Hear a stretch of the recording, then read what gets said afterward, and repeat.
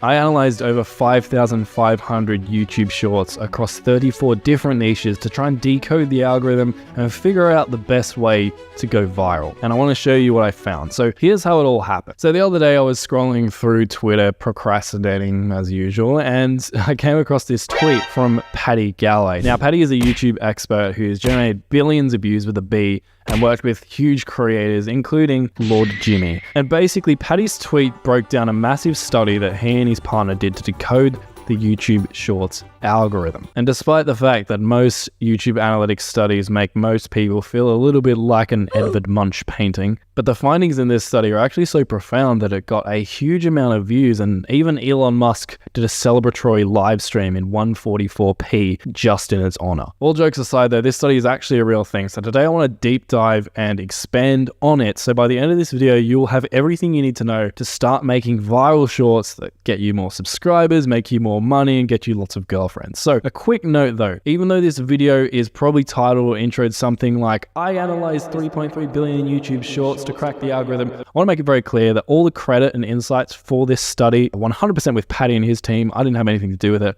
I just needed a clickable YouTube title, so please don't sue me, Paddy. Anyway, with that out of the way, let's get into this because this is fascinating stuff. Now, this study had 5 massive findings that will help you get more views with your shorts.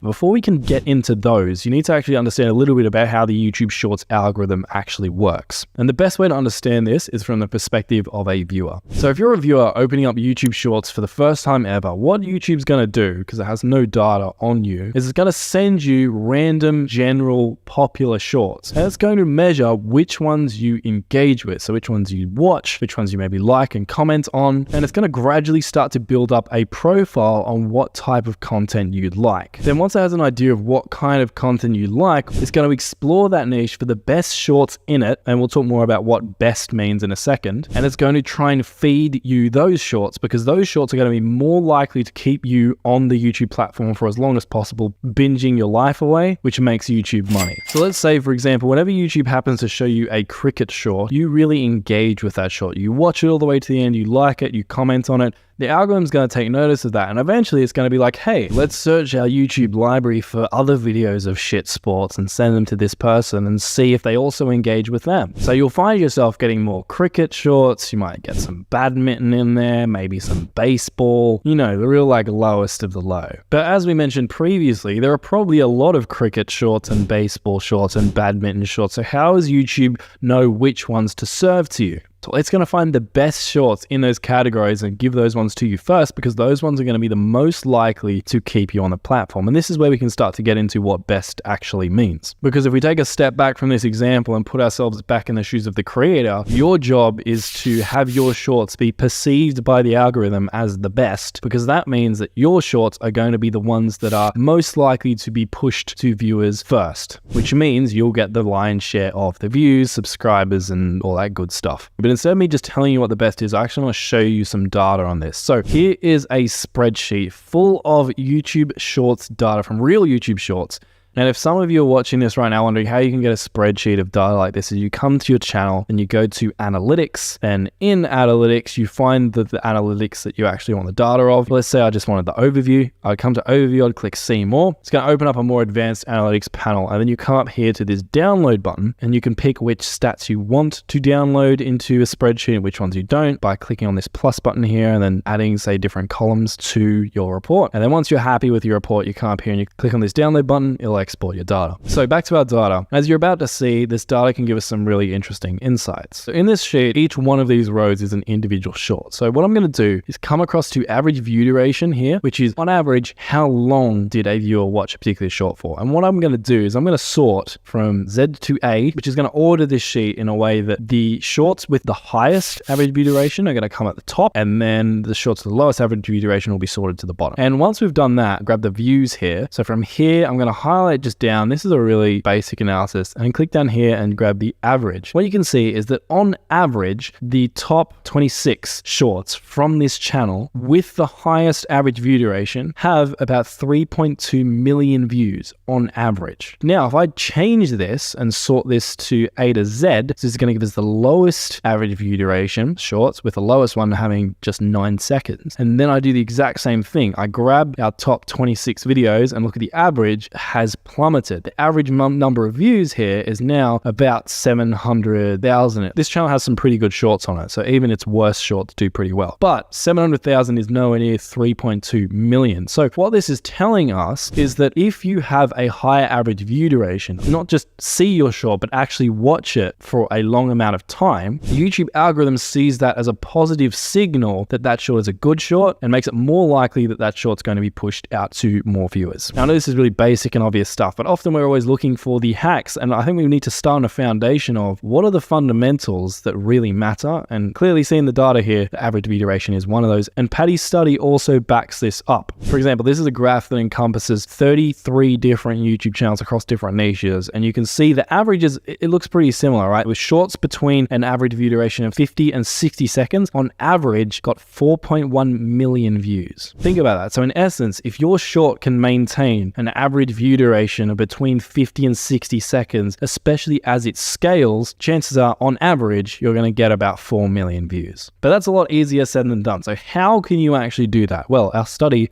has some insights in this as well. So I want to come back to this channel here and show you something else very interesting. So if we sort our views, again, Z to A, which is going to give us the top viewed shorts on this channel, and if we come across to the duration of this short, so this is an average view duration, this is how long each short is. Let's have a look through some of these numbers. So we've got 45 seconds, 59 seconds, 52 seconds, 54 seconds. If we keep going down this list, we'll see there's only about 3 shorts in this entire list that are in the 30 seconds or below. And even those shorts, 2 of them are like 37 seconds, so they're like close to 40 seconds anyway. However, if we come into views and we sort this the other way around, so the shorts with the lowest amount of views, I want you to have a look at this column again. Look at how these numbers have changed, right? We've got a number of shorts in the 30 seconds and below. I can just see 10 from eyeballing this, but in general, if you just look over this, you can see that on average, the shorts that perform worse tend to be shorter, no pun intended, than the shorts that are longer. And interestingly, this is also backed up by Paddy's study as well. So you can see on this graph, the shorts that Paddy analyzed, most of them were between 30 and 40 seconds. And you can see shorts between 50 and 60 seconds performed far better than their shorter counterparts. Now, why is this? Well, again, with the caveat that people are actually watching your shorts, because if you just post a long short and no one watches it, then it doesn't matter. But a longer short has the opportunity to get more of the thing YouTube cares about most, which, you know, is high watch time for that short. If you're posting a 30-second short, chances are your most engaged viewer will probably watch that short all the way to the end. So you'll get about 30 seconds of watch time. Now, some really engaged viewers, if you're a little bit sneaky and loop your short, might watch your short 1.5 times, maybe even 2 or 3 times, but that's the vast minority, right? On the other hand, if you have a short that's double the length, so not 30, but 60 seconds, most of your most engaged viewers will watch that short all the way to the end. The difference is an engaged viewer watching your short all the way to the end on a longer short gives you 1 minute of watch time as opposed to just 30 seconds. So a way to think about this is that the longer short has the opportunity to get more watch time and a higher average view duration than a shorter short. Just inherently it does due to length. Now, obviously there are outliers. You can see it in my data, for example. This short is one of the worst performing shorts on this channel, and it is 51 seconds. A reason for that could be, as you can see, the average view duration for this short isn't actually so great. But regardless, in general, if your content is really high quality, you're going to have better results if you create a longer short between 50 and 60 seconds versus a shorter short. But we're just getting started here because the study found something really interesting with a stat you might not have ever heard of called VVSA, aka viewed versus swiped away. Essentially, if you go to, say, one of your shorts through content and then come down to the analytics of it by clicking on, say, this button, and then come across to the reach tab, what you'll see is this little box here. How many choose to view, which is your VVSA. Think about it, for those of you who know click-through rate for long form videos, it's basically like your click-through rate but for shorts, because on shorts, most people don't really click on them, they find them in the shorts feed. So one of the big catalysts for shorts is not how many clicks it can get, but rather whether or not people will actually watch it versus swipe away from it. So essentially what this measures is the percentage of people who actually watched your short when they came across it in the feed versus the people who kind of just landed on it and then swiped away from it because they weren't that interested. So this is a decent metric to look at if you want to gauge the quality of your shorts hooks, whether or not you're able to actually really grab someone's attention in the first couple of seconds, because if you can't do that, they're not going to watch the remainder of the short and they're going to swipe away, and that's obviously bad. But let's get some real numbers on this. Now, if we come back to our data and we have a look at this column here, which is a viewed versus swiped away, we just get a quick gauge of it. You can see that on average for these lower performing shorts, the viewed versus swiped away is about 70%. So on average, 70% of people watch the short rather than swiping away from it. And that's decent, which explains why even the lowest performing shorts on this channel still manage to get a large amount of impressions and views. However, if we change this, and again, we sort by the highest performing shorts, what we can see is the viewed versus swiped away stat changes a little bit. So now we can say it's gone up 10%, and on average, it's 80%. And that might not seem like a big change, but when you're competing against so many shorts and you're trying to be the pinnacle, you're trying to be the best in your niche, so you get served first, a 10% difference can be a big difference. And the study found some interesting insights on this. If we have a look at this graph, this is kind of laying out all the different videos and shorts that this study analyzed based on VVSA. What you can see down here in this corner, if we move across this line, you can see that if you have a VVSA less than 40, like chances are your short is not going to get more than 10,000 views. On the other hand, if you're having a VVSA between 70% and 90%, your shorts could be getting hundreds of thousands of views, as you can see in this kind of green section here. Now, does just having a high VVSA guarantee that your short is going to get hundreds of thousands of views? Not necessarily. For example, if we come to the channel you're watching right now, which I'm going to out myself here, but and we come down to one of the few shorts that I've posted, click on it, we come across to reach, you can see that this short has almost 90% VVSA, and yet this short only has 10,000 views. So it's not a guarantee that you're going to get hundreds of thousands of views, but based on the data we can see, I would still think it's useful to look at this stat and kind of treat it as